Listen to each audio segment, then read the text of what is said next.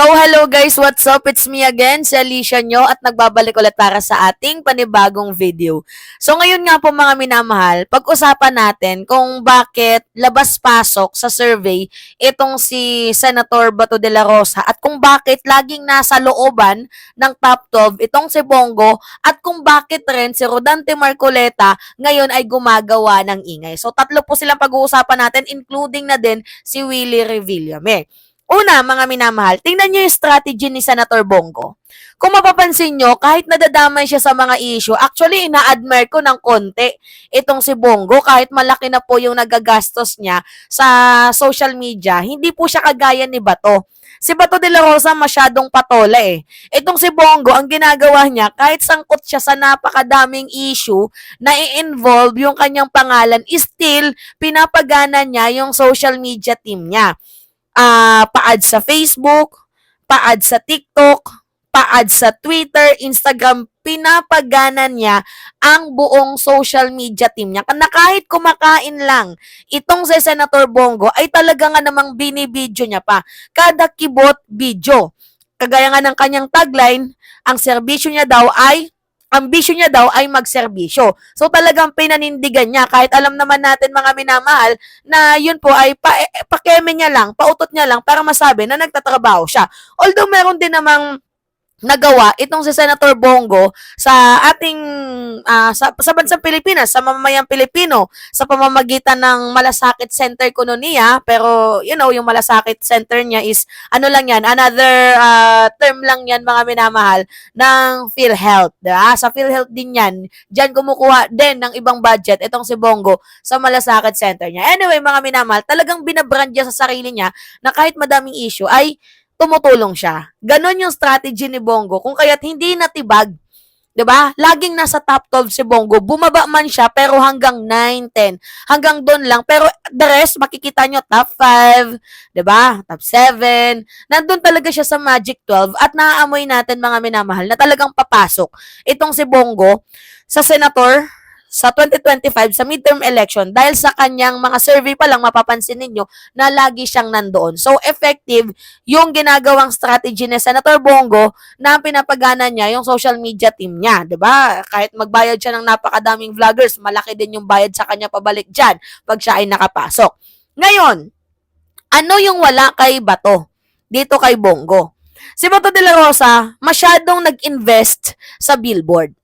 At mga minamahal, si Bongo kasi umiiwas siya paminsan kay Digong. Although magkasama sila, pero yung pagsama niya kay Digong para makagain lang ng votes. Pero pag sa mga issue, umiiwas siya. While itong si Bato de la Rosa, hindi. Kahit ano mangyari, matalo man sa manalo, supporters pa din ako ng mga Duterte. Ganun si si Bato de la Rosa. While Bongo, ginagamit niya si Digong para makakup up ng votes.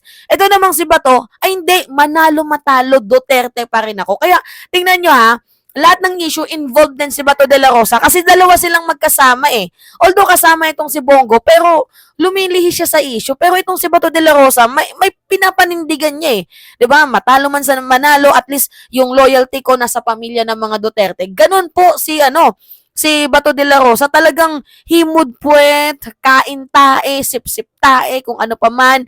Ganun talaga itong si Bato de la Rosa. Kaya kung mapapansin ninyo mga minamahal, mababa talaga yung kanyang survey. Hindi nakakapasok kasi yung pagiging involved sa crimes against humanity na talagang pinapanindigan din nila, makikita ninyo na malaking apekto yon sa survey ni Senator Bato de la Rosa. Yung involved siya sa patayan, involved siya sa mga human rights violation, tapos sumasama pa siya sa mga Duterte. Talagang nadadamay sa baho ni Duterte itong si Bato de la Rosa. At beside, tingnan niyo yung pagkampi niya sa mga di umano'y kriminal. Kay tawag dito kay Kibuloy. 'Di ba yung sa mga hearing niya. So nakakaapekto 'yun. Ito lang kasi yung pangit sa mga Pilipino. Kapag nagkaroon ng issue ang isang politician, siguro ngayon trending. And after how many months pag napalitan na ulit ng panibagong issue, nawawala sa isip ng mga Pilipino. Kagaya noon yung kay Loren Legarda, 'di ba? Malaking issue yung yung patungkol sa niya sa mga makakaliwa, leftist, 'di ba? So, noon issue yun. Pero ngayon, hindi na. So, yung mga tao kasi, minsan nalilimutan yung mga issue. Kahit itong si Bato de la Rosa, ang daming issue niyan. Pero pag nagkaroon ng panibagong issue, ito na naman, panibago na naman. So, nawawala sa mga Pilipino yung mga issue noon, which is nalilimutan. Pero itong kay Bato de la Rosa, lagi kasi siyang nai-involve. 'Di ba? Bato noon, Bato ngayon, may issue na naman ngayon. Ganon si Bato de la Rosa. While itong si Bongo, nagkakaroon siya ng issue, pero after few months, napapatay yung issue dahil tinatabunan niya ng social media. Ganon. Iba yung strategy ni Go, mas malakas yung strategy ni Bongo kaysa sa strategy ni Bato de la Rosa. Kasi yung strategy ni Bongo ay para manalo. Yung strategy ni Bato de la Rosa, magsipsip tayo sa mga Duterte, mga minamahal, at wala naman talaga siyang lakas sa mga tao. Kaya ang ginagawa niya, kumukupap na lang siya ng boto sa mga Duterte. Kaya ang ginagawa niya, nagiging attack dog siya ng mga Duterte. Ngayon, pangatlo, pag-usapan natin si Marcoleta. Si Marcoleta hindi po nakakasama sa mga survey, although matalino. Alam niyo kung bakit, mga minamahal? Masyado kasi yung kanyang mga pinopursue na batas is minsan related po sa kanyang religion. Wala pong masama doon. No doubt doon kung yan po yung paniniwala niya. Pero yung punto kasi dito, i-separate yung politika, 'di ba, sa relihiyon. Kasi nadadama yung paniniwala mo sa relihiyon dito sa politika, which is hindi kayo nagkakaroon ng communication ng mga voters. Kasi iba yung paniniwala ng mga voters, tapos iba yung paniniwala mo as a politician na kumakapit sa relihiyon. 'Di ba? Pangalawa, si Marcoleta nag-iingay. Negative or positive is still publicity pa rin yan. Pero yung pag-iingay ni Marcoleta, instead na makatulong sa kanya, mas lalong pinalugmok yung kanyang pangalan. Bakit? Una, yung tinitira niya yung mga vloggers, katulad ko. 'Di ba? Kinall out lang natin yung Billboard kasi kasama niya doon si Kibuloy. Kinall out natin, imbes na kampiyan siya ng mga Pilipino, nag-50-50 yung mga opinion. Hindi lahat umukay sa kanya. Although pinaliwanag niya na yung Billboard na yun ay hindi siya gumawa. Pero nakita mo naman na oo, hindi ikaw yung gumawa, pero dapat kinall out mo. Kasi ano yung ibig sabihin nun? 'Di ba? Nagsasama naman, nag-aanib na ba yung KOJC at yung INC? 'Di ba ganun yung magiging labas nun? Ganun yung magiging impact nun. Pangalawa, mga minamahal, yung the way na pag nag-interview siya, hindi magkakali ako, hindi maghimutok ako. Yung mga ganun. So malaking apekto din yun sa mga botante mo kasi ay parang nagiging greedy na itong si Marcoleta. Nag-iingay kahit ang kanyang imahe ay negative, nag-iingay, which is pangit na impact po yun bilang isang kandidato na gusto mong makakuha ng boto.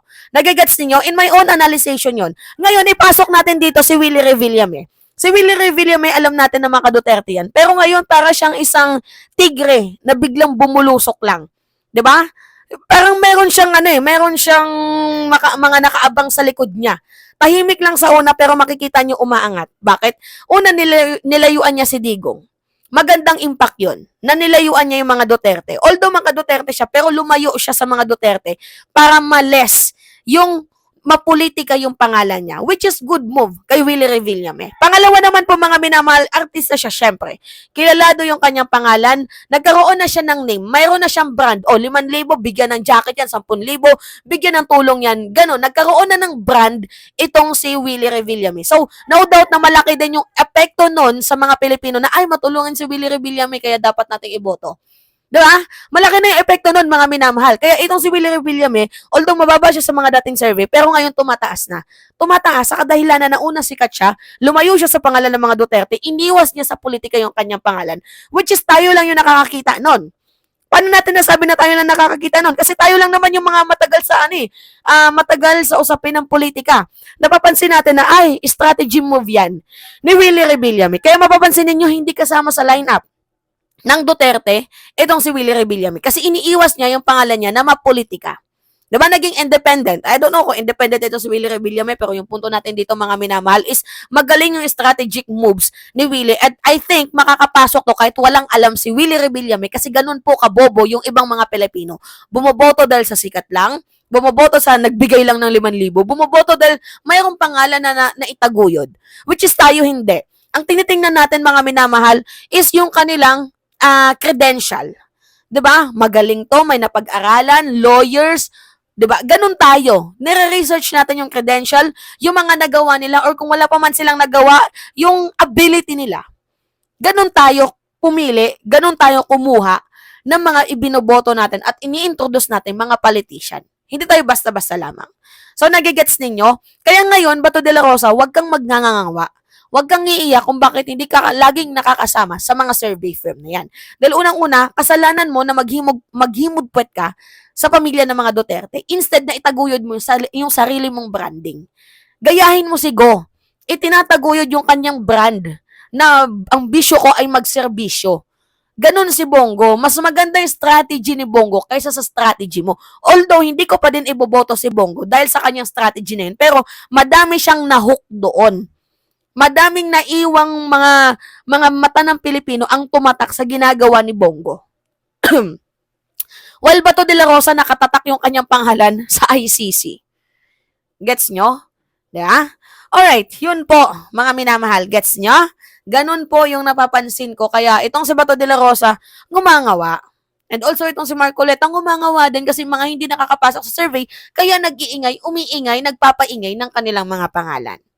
So, yun po kayo. Ano yung masasabi ninyo? It's me again, si Alicia nyo. Pahingi lang po ako ng subscribe, like, and share, comments, mga minamahal. At magbabalik po muli tayo sa ating mga susunod na video. Maraming salamat.